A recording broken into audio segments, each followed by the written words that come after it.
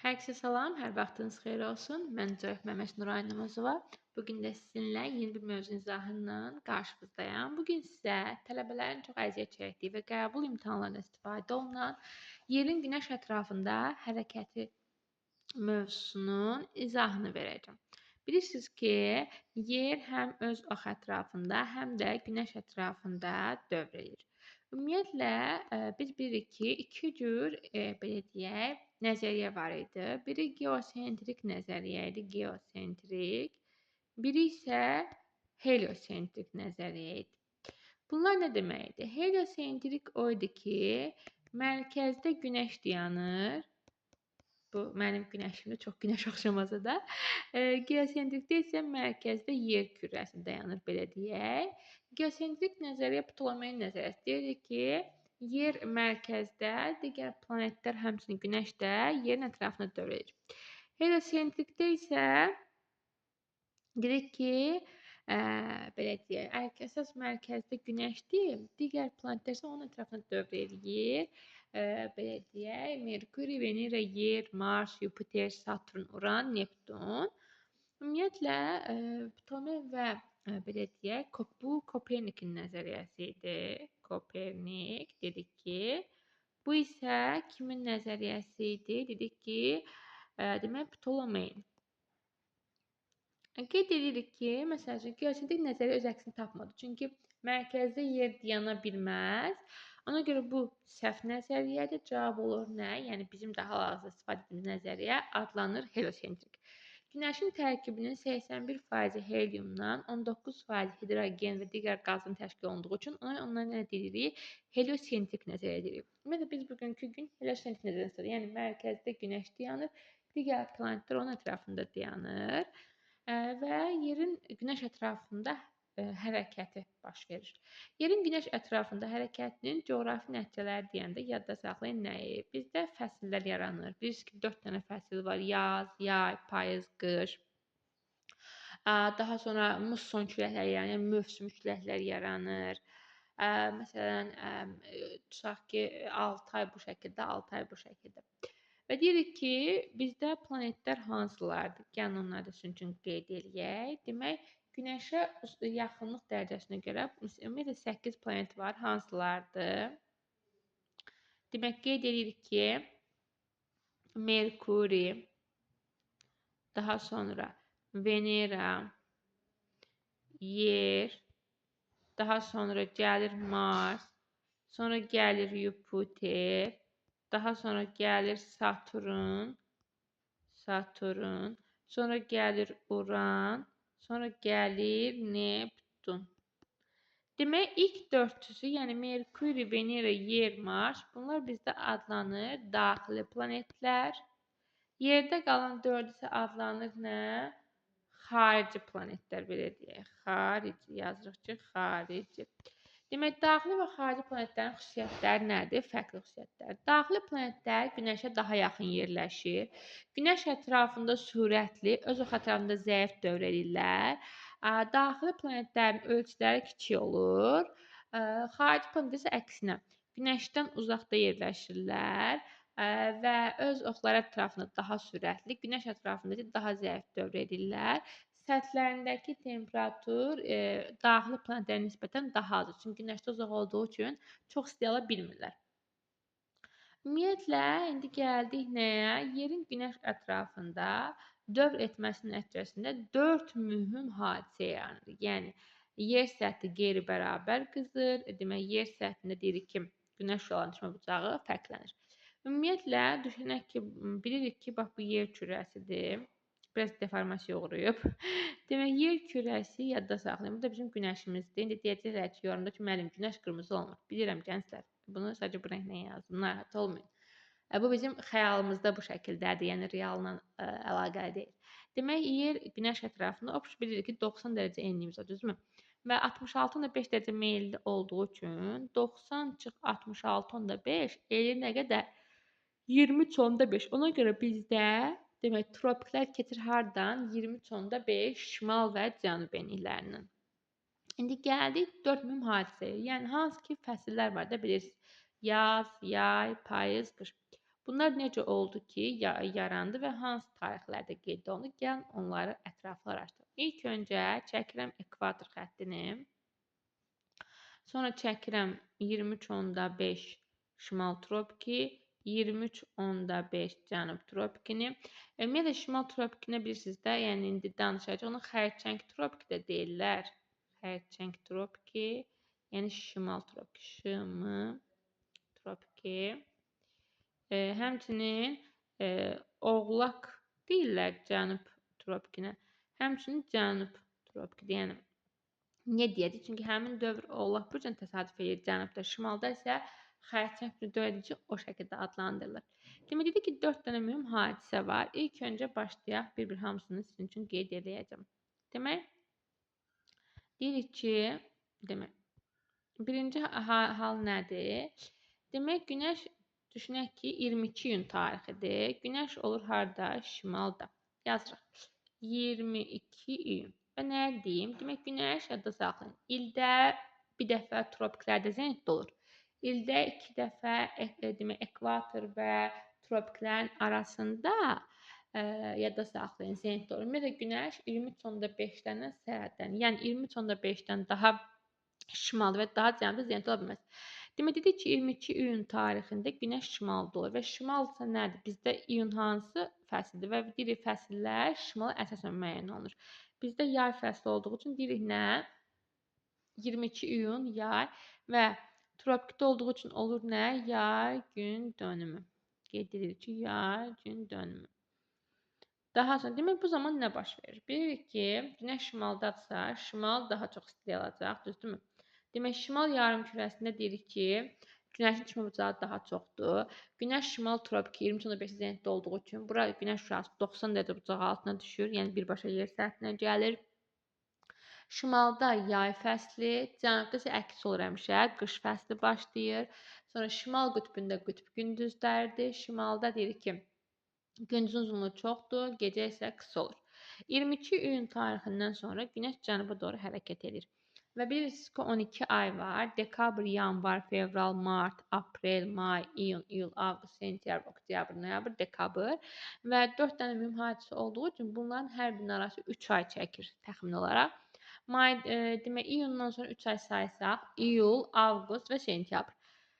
Demək, sentyabr tarixində 23 sentyabr deyirik. Sentyabr tarixində Günəş gəlib dayanır harda? Ekvatorda. Günəş ekvatorda olanda yadda saxlayın nəyi? Ekvatorda olanda şimal və cənub yarımkürəsi bərabər istiliyi alır. Çünki ekvator yer kürəsini bərabər istiyə bölmüşdür. Demək 23 sentyabrda deyirik ki, etibarən şimalda, yəni bu bizdə şimalda sentyabr hansı fəsl? Payız. Ona görə olur nə? Payız fəsl olaraq deyirik. Şimal sistemi müəyyən olur, yadda saxlayın. Və ekvatorda olduğu üçün gecə gündüz bərabərliyi adlanır. Yəni payız, gecə gündüz bərabərliyi. Gecə gündüz bərabərliyi. Bu zaman nə baş verir? Şimal və cənub bərabər istiliyi alır. Şimalda cisimlərin günorta kölgəsi olmur. Şimal yarımkürəsində payız fəsli başlayır, cənubda isə yaz fəsli başlayır. Şimalda gündüzlər artıq qısalıbdır, gecələr uzanmağa başlayır. Daha sonra yenə 3 ay saysaq sentyabrdan. Demək, oktyabr, noyabr, dekabr. 22 dekabrda Günəş gəlir dayanır harda? Cənub tropikində. Və 22 dekabr oğlaq burcuna təsadüfən dedik, oğlaq tropikdə deyirlər və cənub tropikində olur Günəş. Demək, 22 dekabrda deyirik ki, nədir? Biz qış fəsli bizdə qış. Günəş tropikdə olur nə? Qış. Demək, nəyi? Gün dönümü. Bu zaman nə baş verir? Cənubda qütb gündüzləri baş verir. Cənub yarımkürəsində gündüz uzun, gecə qısa olur. Cənub tropikində günorta vaxtı cisimlərin kölgəsi 0 dərəcə olur. Çünki Günəş zenitdədir. Həmin məntəqəyə Günəş şüaları, yəni 23.5-də 90 dərəcə bucağı altına düşür. Cənub tropikindən cənubda qalan ərazilərdə gündüzlər müşahidə olunur. Sonra Günəş şüaları daha böyük bucağı altına düşür. Şimalda isə qütb gecələrdir. Gecə daha uzundur, gündüz qısadır. 22 dekabrdan sonra demək Günəş şimala doğru hərəkət edir. Deyirik ki, 3 ay sayırıq yenə. Demək, belə deyək, Yanvar, demək gəldi yanvar, fevral, mart. Demək, mart tarixində, yəni 21 mart tarixində Günəş yenidən ekvatora gəlir. Və mart bizdə yaz fəsli olduğu üçün deyirik nədir? Yaz demək, gecə gündüz bərabərliyi. Yaz gecə gündüz bərabərliyi adlanır. Yəni bu zaman nə baş verir? Bu 21 mart dediyimiz, 20 sentyabr dediyimiz hadisələr bura içində keçərli. Tək fərq budur ki, 21 martdan etibarən demək şimalda yaz fəsli olur, cənubda payız olur. 23 sentyabrdan etibarən isə şimalda payız, cənubda yaz olur. Demək 21 martdan etibarən dedik ki, şimalda yaz fəslidir, cənubda olur payız fəsli. Artıq şimalda gündüzlər uzanmağa, gecələr qısalması baş verir. Şimalda artıq yaya bir hazır gedə belə deyək. Şimal daha çox istilik alır, cənubda isə artıq istiliyin miqdarı şimala nisbətən azalır və Günəş ekvatorda olanda, yəni 23 sentyabr və 21 mart tarixlərində yadda saxlayın, şimal və cənub bərabər isti alır. Martdan sonra yəni iyun, iyul, demək sonra deyirik ki, mart, aprel, may və iyunda Günəş yenə şimala qayıdır və olur yenə şimalda olur və bütün bu proses şimalda nə baş vermişdi bayaq 22 iyun tarixində deyirik ki, gündüzün uzunluğu çox olur, daha sonra şimalda yay olur, cənubda qış olur, Günəş olar daha böyük bucaq altına düşür və s. Baxın, bu gördüyünüz 4 dənə hadisə 21 mart yaz gecə gündüz bərabərliyi günü, 23 sentyabr payız gecə gündüz bərabərliyi günü, 22 dekabr qış gün dönümü, sonra demək 22 iyun deyirik ki, yay gün dönümü, 22 dekabr qış gün dönümü. Bunlar hamısı bir il ərzində baş verir. Baxın, bu proses bir il ərzində tam dönür və fəsillərin olması tam formalaşır. Dedik ki, Günəş ildə bir dəfə tropiklərdə zenitdə olur, ildə 2 dəfə isə tropiklərin arasında və ekvatorda zenitdə olur. Bir də nəyi yadınızda saxlayın? Demək, deyirik ki, məsəl üçün şimalda yəni qütb ətrafı var. Demək, şimal qütbü və ya cənub qütbü fərqi yoxdur. Şimal, cənub, yəni qütb ikisini uyğun yazıram ki, ortaq 90 dərəcədə təşkil eləyir. Şimal, cənub, qütb dairəsi isə 66.5 dərəcə təşkil edir. Yəni deyəndə ki, şimal qütb və cənub qütb dairəsindən şimalda qalan ərazi, yəni 66.5-dən 90 dərəcə arasında olan enliklər nəzərdə tutulur. Və yadda nəyə saxlayın? Testlərinizdə belə bir suallar var. Deyir ki, məsələn, şimalda qütb gecəsi və ya da cənubda qütb gündüzü. Demək, o necə tənzimlənir? Mart və sentyabr. Mart-sentyabrda şimal qütbündə, yəni martdan sentyabra, qütbdə 6 ay gecə, 6 ay gündüz olur, yadda saxlayın. Demək, şimalda qütb gündüzü olur. Qütb gündüzü, düzdürmü? Cənubda isə əksi olacaq. Düzdür, nə olur? Cənubda olar, cənubda qütb gecəsi. Bunu qeyd edin, çünki testlərdə var. Qütb gecəsi. Sonra yenə yazırıq ki, sentyabr, mart. Bu bir hissə qeyd edərsiniz. Sentyabr, mart. Demək, sentyabrla martda isə şimalda qütb gecəsidir. Yadınızda saxlayın. Cənubda qütb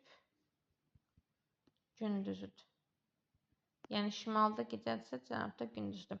Təşkil martdan sentyabr şimalda qütb gündüzü olur. Cənubda qütb gecəsi olur. Sentyabrdan marta şimalda qütb gecəsi olur, cənubda qütb gündüzü olur. Buna qeyd edilənizə görə indi keçirik bunun real hissəsinə. Demək, Günəş ekvatorda olanda, deyirik Günəş şüaları nə qədər bucağına düşür? 90 dərəcə bucağına düşür, deyilmi? Demək, sizə düsturlar verəcəm. O düsturlar əsasını təhlil edəcəksiniz. Demək, deyirik ki, bir dəqiqə bunu təmizləyək. Demək, Günəş əgər ekvatordadsa, bu düsturları qeyd edərsiniz, zəhmət olmasa. Ekvatordadsa, bilirsiniz ki, 90 dərəcə zenitdir. Yəni 90 dərəcə çıxaq. Enlik, x enlik bərabərdir GDB. Mən qısa yazıram. Siz ətraflı açmışsam. Nə deməkdir bu? Günəş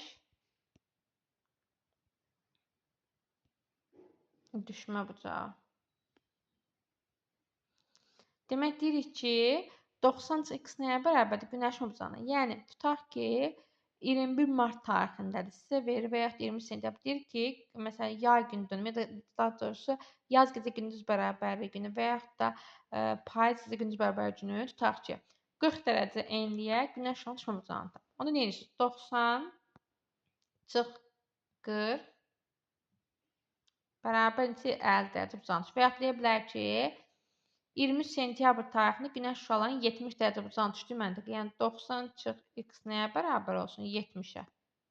Onda x neçə olur? 20 dərəcə. Yəni günəş ekvatordadırsa, demək bu düsturdan istifadə edəcəksiniz. 90 çıx x, yəni enliyimiz o x bərabərdir GDB-x-ə yazıram. Yəni günəşin düşmə bucağı. Bir də indi sizə verəcəyim düstur ümumi düsturdur. Hansı ki, günəş həm tropiklərdə olanda bunu fərqli rənglə yazaq ki, beyiniz qarışmasın da. Yəni tropiklərdə olanda bir də ümumi düstur yazıram. Tropik, yəni bir də ümumi. Yəni imtahanda ən çox indi yazdığım düsturdan istifadə olunur. Diqqətli olarsınız bu düstura. Yəni bu düsturdan istənilən misal tapa bilərsiniz. Ekvatordan başqa ərazi olan ərazilər üçün. Demək bu tropikdir. Bir dəqiqə bunun başını düzəldək. Tropik. Demək, ümumi 90 dərəcədir. 90 nədir? Zenitdir də. 90 çıxırsınız. Mötəçiz x enlik. Üstə gəl çıx 23.5. Bərabərdir GDB. Dedik ki, nədir bu GDB? Günəş düşmə bucağı. Günəşin düşmə bucağı. Düşmə. Bu da yazaq nə? Bucağı. Bir dəqiqə. Tərəfdən də yazsam. Düşmə bucağı. Aha, demək, bu düsturda nəyə fikir verirsiniz? Biz bilirsiniz ki, koordinat dərsində demişdim. Eyni yarımkürəndə çıxırıq, fərqli yarımkürəni toplayırıq. Məsələn, tutaq ki, sizin zenit də şimaldır, məntəqə də şimaldır, onu çıxağa götürürsünüz. Yox, məsəl üçün, biri şimal, biri cənubsa, toplamanı götürürsünüz. Və yadda nəyə saxlayırsınız? Demək, burada düsturda tutaq ki, sizə zenit verməsə, ya məsələn, sizə zeniti deyir ki, tutaq ki, qış gün dönümü ya yay gün dönümü. Yəni demək, yəni 20.5-dədir də günəş. Tutaq ki, sizə verməsə və onda necə edirsiniz? Demək, günəş başqa bir yerdə zenitdədirsə, onda zenitə x qoyarsınız. Enliklə çıxma bucağını verir. Yəni bizdə 3 dənə əmsal var. Enliyimizdir. Sonra zenit belə deyim, olan hissədir. Zenit məntəqəsi. Bir də ki, günəş çıxma bucağıdır. Bu üçünün ikisini sizə testdə verir. Birini siz tapmalısınız. Bir də bu düsturdan nəyə istifadə edirlər? Belə deyim, əraziyə günəş olan maksimum və minimum çıxma bucağını tapmaq üçün. Tutaq ki, məsələn, maksimum minimum necə tapılır? Əgər həm məntəqə şimaldırsa, həm enli və yaxud da hər ikisi cənubsa, yəni eyni yarımkürədirsə hər ikisi, bu zaman maksimum düşür. Yəni ən çox günəş şüası düşür əraziyə. Amma məsələn, tutaq ki, zenit şimal, enlik cənub və yaxud da əksinə, enlik cənub, zenit şimaldırsa, bu zaman minimum, yəni ən az düşür. Məsələn, tutaq ki, deyirəm ki, Bakı şəhərinə günəş şüalarının minimum və maksimum düşmə bucağını tapın. Bakı bir saydadır 40 dərəcə enlikdədir. Onda necə yazıram düsturdan? 90 çıxıram 40, üstə gəl çıx 23.5. Bu 2-dir. 23.5. Bərabər hesablayıram. Demək, maksimum minimum topladı. Bir dəfə üstə gələni yazırsınız. Bir dəfə çıxarın. Yəni 90 çıx 40, üstə gəl 23.5. Bir dəfə də 90 çıx 40, çıx 23.5. Demək, üstə gələndə olur minimum. 90 ilə 23.5-in cəmi 63.5. 90 da 60 çıxanda 26.5. Demək, günəş şüaları Bakı şəhərinə ən az nə vaxt düşür? Günəş cənub tropikində olanda. Yəni minimum düşür. Ən çox isə maksimal. Günəş də şimalda olanda düşür. Yəni 22 ilə düşür. 90-dan 23.5 çıxanda qalır nə qədər? 16.5. 90-dan 16.5 çıxanda qalır nə qədər? 73.5. Demək, Bakıya maksimum 73.5-dir. Minimum 26.5 bucağına düşür. İndi məsələn, sizə zeniti vermirsə tapa bilərsiniz. İndi gəlin buna aid testlərin üstündə işləyək ki, daha rahat olsun sizə. Demək, bir də əgər YouTube-dan baxırsınızsa, Burada PDF və əsas qeydlər qrupu var. Məsələn, bu linkini ataram, qoşularsınız. Bura mən lazım olan, belə deyək, PDF-ləri göndərirəm ki, hansı ki, sizə testlərdə, belə deyək, lazım olacaq. Sonra demək gəldik nəyə? Aha. Bunlar suallar işləyək bir neçəni ki, sizə yəni testlər yazmaq rahat olsun. Ümumiyyətlə imtahanda verdiyim ümumi düsturdan istifadə etsəz, istənilən misalı rahatlıqla həll edə bilərsiniz. Narahat olmayın. İşte PDF yüklənsin. Nəsə sizə qaranlıq qalırsa və yaxud da çətin bir hissələr olsa, mütləq ki, rəy bölməsində yazın. Mən sizə geri dönüş edəcəm və yaxud hansısa sizə lazımdırsa yenidən bir daha izahını edərək ki, sizlər bu mövzuda çətinlik çəkməyəsiniz. Demək, yerin günəş ətrafında hərəkətin testlərinə baxıram. Bir dəqiqə. Kainat və günəş sistemi gedir. Bir də bir önəmli qeyd edeyim, yadımdan çıxmamış. Fəsillərin adi müşahidə olunduğu ərazidir. Fəsillər yadda saxlayın, yazın ki, demək, fəsillər 35-55 dərəcə şimal enliyi və cənub enliyində daha aydın görünür. Yəni, şimal və cənub enliklərində 4 fəslin 4-ü də aydın müşahidə olunur. 35-dən əvvəl olanda fəslər aydın müşahidə olunmur, 55-dən çox olanda fəslər aydın müşahidə olunur. Məsələn, bu da qurşaq olaraq soruşsaz, məsələn, hansı iqlim qurşaqlardır? Subtropikaya uyğun gəlir. Bunu iqlim dərsində demişdim. Bir də ki, mülayimə. Subtropik və mülayim iqlim qurşağına uyğun gəlir. Sonra bunu da həll etdiyimizə görə keçirik, demək, növbəti hissənə davam eləməyə. Yəni baxaq testlərə. Məsələn, deyir ki, tropik xəttlərini digər paylardan fərqlənən xüsusiyyət. Bayaq dedik ki, tropik xəttlərində günəş ildə bir dəfə zenitdə olur. Şimal tropikində 22 gündə bir dəfə, yəni il ərzində. Cənub tropik 22 dekabr bir dəfə. Üzərində deyir ki, günəş bir dəfə zenitdə olur. Məsələn, burada doğru cavab olan C variantı. Sonra məsələn deyir ki, günəş harda zenitdə olmur? Günəş zenitdə olması 23.5-dən arasında olmalıdır. Ona görə də məsələn 23.5-də çıxanda məsələn, Meksikada olar, Pakistan olar, Myanma olar, Mozambik, Afqanistan D. Bunlar artıq subtropika çürümə, Mərakeş və Liviya. Sonra deyir ki, sxemdə qırıq xəttlər nəyi ifadə edir? 23.5-lər tropik xəttləridir, 66.5 qütb dairələridir. Qütblər tropiklər. E variantı bu sualın doğru cavabıdır. Daha sonra məsələn, işıqlanma qurşaqlarını deyərəm sizin üçün. Nə deyir bizdə bir dəqiqə? Deyir ki, 20 sentyabrda günəş şüalarının günorta vaxtı 70 dərəcə bucaq altında düşdüyü məntəqədən ekvatora qədər olan ən qısa məsafəni hesabla. 23 sentyabr deyəndə sizə bayaq yazdım, bu düzdür. 90x bərabərdir. Qısa günəş bucağı deyirik. Onda 90 çıxaq x neçə dərəcə? 70. 90-dan da yəni neçə çıxsam 70. X bərabər 20. Və 20 dərəcə enlikdir. 20-dən ekvatora gəlmişsən, bu 20 düzdür. İstəyir cənub olsun, istəyir şimal, fərqi yox. Bunun ekvatora gəlmək üçün bizdə enliklərimiz fərqli olanda meydan eyni olur da 20 dərəcə eləyir. Və ekvator üzərində olduğu üçün 20-ni də vururam 111-ə, eləyir 2220 kilometr. Doğru cavab olur E variantı. İndi gəlin yadımdan çıxmamış bu işıqlanma qurşaqlarını sizin üçün deyim. Bu da asandır, yəni çətin deyil. Bir dəqiqə buradan yazım. Demək 0, 23.5, 23.5, 66.5, 66.5, sonra bir dəqiqə, demək 90 və 90. Demək 23.5-lərin arası bizdə olur tropik işıqlanma qurşağı. Sonra 23.5-dən 66.5 mülayim. Yəni bir dənə tropikimiz var. 2 mülayim var, 2 dənə qütb var. Mülayim işıqlanma qurşaqlardır. Qısa yadda saxlasanız kifayət edir sizə.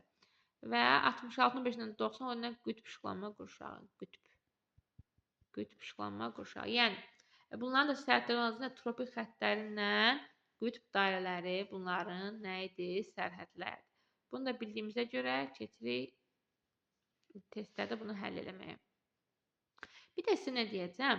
Demək, yadda nəyə saxlayın? İndi testlərdə birdən qarşımıza çıxar. Bilirsiniz ki, yer kürəsi bayaq danışdıq ki, günəş ətrafında 66.5 dərəcə meyillidir deyə 90 çıx 66.5 eləyir neçə? 23.5. Yəni sizin tropiklər 23.5-dən keçir. Birdən testi deyər ki, sizə Yer günəş adını tutaq xəyal edin də, yəni təsəvvür edin ki, 70 dərəcə meyldir. Əgər 70 dərəcə meylsə, onda 90 çıx 70 neçə? 20 dərəcə. Onda sizin tropika 20-dən keçir. Onda sizin qütb ətrafı ərazi 70-dən keçəcək. Yaxşımı? Bu zaman nə baş verir? Tropiklə qütb işıqlanmaların və ya da qütb ərazilərinin sahəsi kiçilər, mülayimsə sahəsi. Sualda görsəm daha ətraflı orada deyəcəm. Yəni əgər sizə desək ki, məsələn, filan qədər meyldir, tutaq ki, 60 dərəcə, tutaq ki, məsəl 70, 80, 90, onda 90 onun çıxmaz. Nə deyir? Məsələn, dedik ki, bir dəqiqə, işıqlanma quşaqlarının sərhədləri. Dedik, nə oldu burada? Demək, tropik və qütblərdə. Doğru cavab olur nə? E variantı. Sonra məsələn, bu sualda maraqlı. Deyir ki, il boyu günəş şüalarının düşmə bucağının günorta vaxtı 66.5 dərəcədən kiçik olmadığı enli. Yadda saxlayın. 90 çıx x bərabərdir 66.5. X də bərabər 20.5. Demək, belə deyək, və yaxud da bunu belə də hesab edə bilərik. 90 çıx ümumi üstündən. X enlik bilmirəm. Üstə gəl çıx 23.5 bərabər olur nəyə? 66.5-ə. 90 üstə gəl 23.5 götürsəm, bu səhv olur. 66.5 olmaz. Demək, bu deyil. Çıxağını götürsəm. 90-dan 23.5 çıxanda qalır nə? 66.5. Demək, sizdə nə olacaq? Ekvator olacaq. Yəni belə düşünün ki, əgər günəş tropikdədirsə, ekvatora 66.5 dərəcə bucağı altında düşəcək. Yaxşı. Onda cavab olacaq nə? Ekvator 0-cı enlik. Digər sualda isə əgər sizə deyirsə 23.5-dən böyük olmayan desə, bu da olacaq nə? Qütb ətrafı ərazilər. Onda məsələn 13-də olacaq D, 14-də olacaq nə? Məsələn A. Bunu da həll etdiyimizə görə, keçə görə başqa nə suallar var maraqlı. İşte, yəni çətin deyil. Belə suallar sizə gəlməz. Məsələn, deyir ki, günorta vaxtı günəş il ərzində bir dəfə zenitdə olur. Harda? Şimal və cənub tropiki. 23.5 şimal eni, 23.5 cənub eni. Doğru cavab olan E variantı. Bu sualda həll etdiyimizə görə keçirik. Nə deyir? Sxemdəki məntəqələrin hansılarında günəş ildə 2 dəfə zenitdə olur? İldə 2 dəfə harda zenitdə olurdu? Tropiklərin arası. Yəni tropiklərə çıxacam. Bax, bu qırıq-qırıq xətt tropik. Demək, B olmaz. A da ümumiyyətlə zenitdə olmur. Aları ataram. A da zenitdə olmur. B tropikdə ildə 2 dəfə olmaz, bir dəfə olar. H da tropikdədir deyə B ilə H-da ildə bir dəfə olur. 2 dəfə onda nə qalır? Ekvator və tropiklərin arası. Baxın, demək D 20-dədir. Nöqtəyə baxın ha, hərfi. D, C və M. M, C, D. Doğru cavab nə? B variantı. Bunu da həll etdiyimizə görə keçirik. Demək, baxaq görək riyazilərdən. Deyir, ərazinin daha çox istilik alması üçün günəş şüaları hansı bucaqda? Daha çox böyük bucağına düşməlidir ki, daha çox istilik alsın. Görə nə olar? 82 olar, 75 olar, 60 olar. 4, 5, 6. Doğru cavab olur nə? B variantı. Bunu da həll etdiyimizə görə keçirik növbəti sualla davam eləməyə. Nə deyir? Məsələn, deyir, Bakı 40 cənub. Cənubda olsaydı ən soyuq günlər yanvarda olmaz. Çünki yanvar. Ən uzun gününüz 22 dekabrdır. Bax, bu doğru cavab. Çünki günəş cənubda, biz Bakı cənubda yerləşsəydik, onda bizdə 22 dekabrda yay olardı və onda da 22 dekabr ən uzun gününüz olardı. Yəni, elə ki, bizdə bildiyimizin əksinə götürürsünüz. Sonra, məsələn, tutaq ki, məsələn, deyir ki, qış gündönümü günü günəşin zenitdə olduğu enliklə Bakı şəhəri arasında ən qısa məsafəni hesabla. Qış gündönümü 90 çıx, Bakı 40-dır. Qış gündönümü deyirsə günəş cənub. Cənubda isə üstə gələr götürürəm. Üstə gəlirəm 23.5. 90 çıx, 40-ın üstə 23.5 gələndə 63.5. 90-ın 60.5 çıxanda 26.5. Günəş şüası 26.5 dərəcə uzaqlaşır. Amma mən nə etdim? Sizin kimi tələsdim. Çünki məndən nə soruşurmuş? Deyirmiş ki, zenitdə olduğu enlə Bakı şəhəri arasında ən qısa məsafəni tap. Yəni günəş cənubda, cənub tropikindədir. Onda Bakıda 40-dır. 40 ilə 23.5 toplasam, eləyər nə qədər?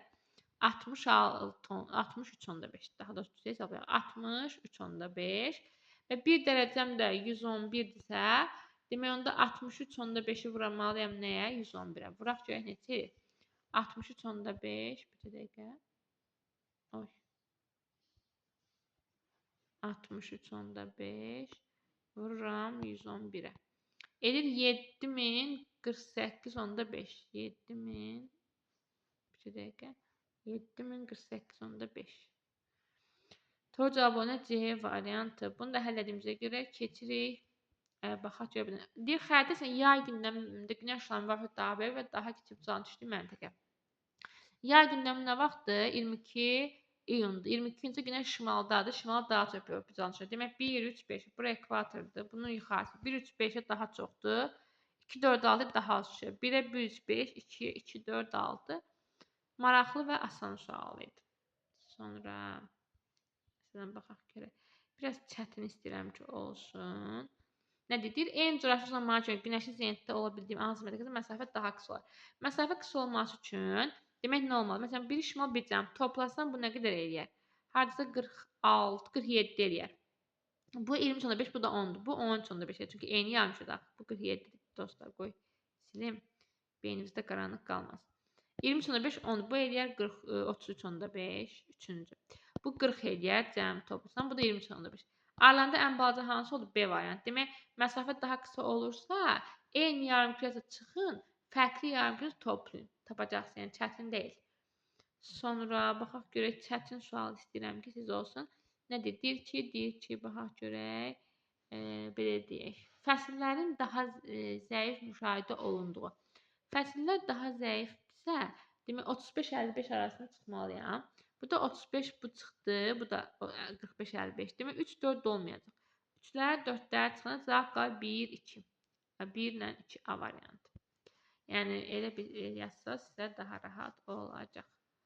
Sonra məsələn ekvatora 66.5 dərəcə bucağına düşürsə, demək günəş tropikdədir. Və baxıram ki, 30 şimala daha böyük bucağına düşürsə, demək hansı tarix olur? 22 iyun olur. 22 gündə günəş harda olur? Demək şimal tropikində və olur nə? Yay gün dönümü. Doğru cavab olur nə? 56. E variantı. E doğru cavabdır. Bunu da həll etdiyimizə görə keçirik digər sualların izahından davam eləməyə. Məsələn baxaq görək. Deyir ki, günəş 20 cənub beynində olarkən hansı coğrafiyada qütb gündüzü? Əgər qütb gündüzü deyirsə, demək cənubda olan məntəqə. Çünki günəş cənubda zenitdə. Onda nə edəcəm? Cənublara gedirəm. Şimallara çıxsam 2, 85 dərəcə cənub beyni, 4, 86 cənub beyni, bir də 70 cənub beyni. 2, 4, 6 E variantı doğru cavab. Bayaq bunu yazmışdıq. Bakıya ən böyük 73.5 düşürdü. Ən az düşür nə qədər? 26.5. Məsələn, burada da doğru cavab olan C variantı. Sonra deyir ki, yay gündəmi günəş şüalarının 90 dərəcə bucaq altında düşdüyü məntəqə. Yay gündəmi günəş haradadır? 23.5 şimal enliyindədir, düzdürmü? Və ora günəş harda zenitdə, sonra 90 dərəcə bucaq düşür.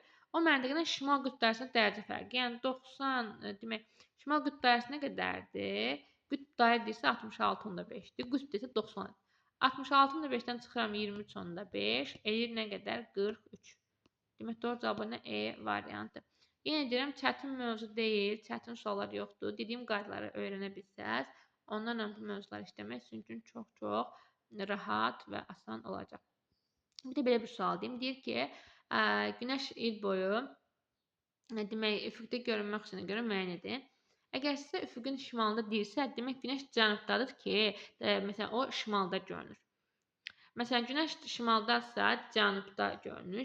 Cənubsa şimal görünür. Belə yadınızda saxlayın üfüqün görmək. Əgər tropiklərin arasındadsa, bu hər ikisinə. Məsələn, Özbəkistan şimaldadır deyə üfüqün cənubunda görünəcək. Birə yazıram. Yeni Zelandiya demək hardadır biz də deyirik? Cənubdadır, ona görə şimalda görünəcək. Sonra Uruqvay cənubdadır deyə olacaq harda? Şimalda. Kolumbiya, ekvator, tropiklər arasında deyə hər ikisində görünəcək. 4-ə yazıram. Türkiyə şimaldadır deyə cənubda görünəcək. Elə yadda saxlayın qısa yoldan. Malayziya tropiklər arasında deyə olacaq nə? Həm şimal, həm cənub. 1-ə 2, 3, 2-yə 1, 5, 3-ə 4, 6. Doğru cavab C variantı oldu. Təxminən bir neçə sual da sizə göstərim ki, sizə rahat olsun. Yenə hansısa burada sual sizə qaranlıq qalarsa, mütləq yazarsınız rəy bölməsində. Yaxşı şəklini ata bilirsiniz, atın ya da mənə yazın rəydə ki, müəllim bunu biz başlamışıq. Bu sual sizin üçün təkrar izah edeyim. O zaman bugünlük deyəcəyim bu qədər. İnşallah növbəti dərslərdə görüşənə qədər özünüzə yaxşı baxın. Sağ olun, hələlik.